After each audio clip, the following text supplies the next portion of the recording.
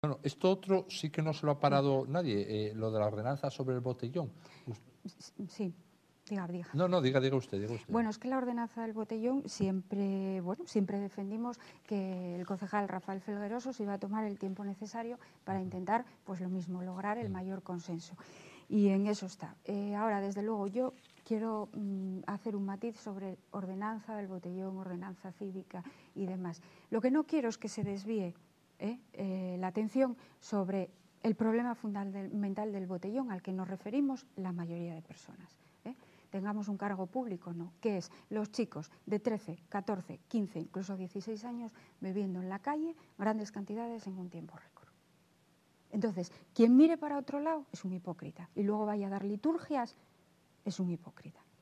Y llevamos mucho tiempo, se dice, es un problema de salud, efectivamente, pero hago un inciso muy grande en todo este tema. Y mire, si usted va, y además usted ha tenido invitados aquí que se lo han explicado, de Alcohólicos Anónimos, de la Santina, de la Asociación de Familiares Rehabilitados, de familiares de alcohólicos rehabilitados, usted se sienta, tiene una charla con ellos, te ponen los pelos de punta.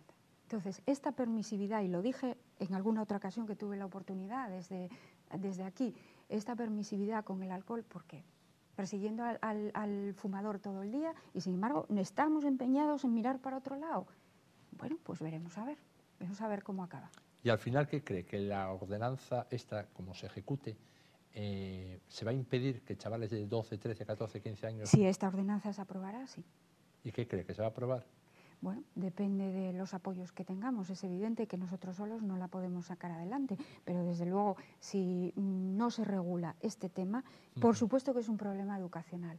Pero mientras se hace esa labor en las escuelas y mientras llegamos y nos concienciamos todos, hay que regular el consumo de alcohol en la calle por los menores. Entonces, si no se aprueba, no se aprobará, pero seremos todos responsables, ¿eh?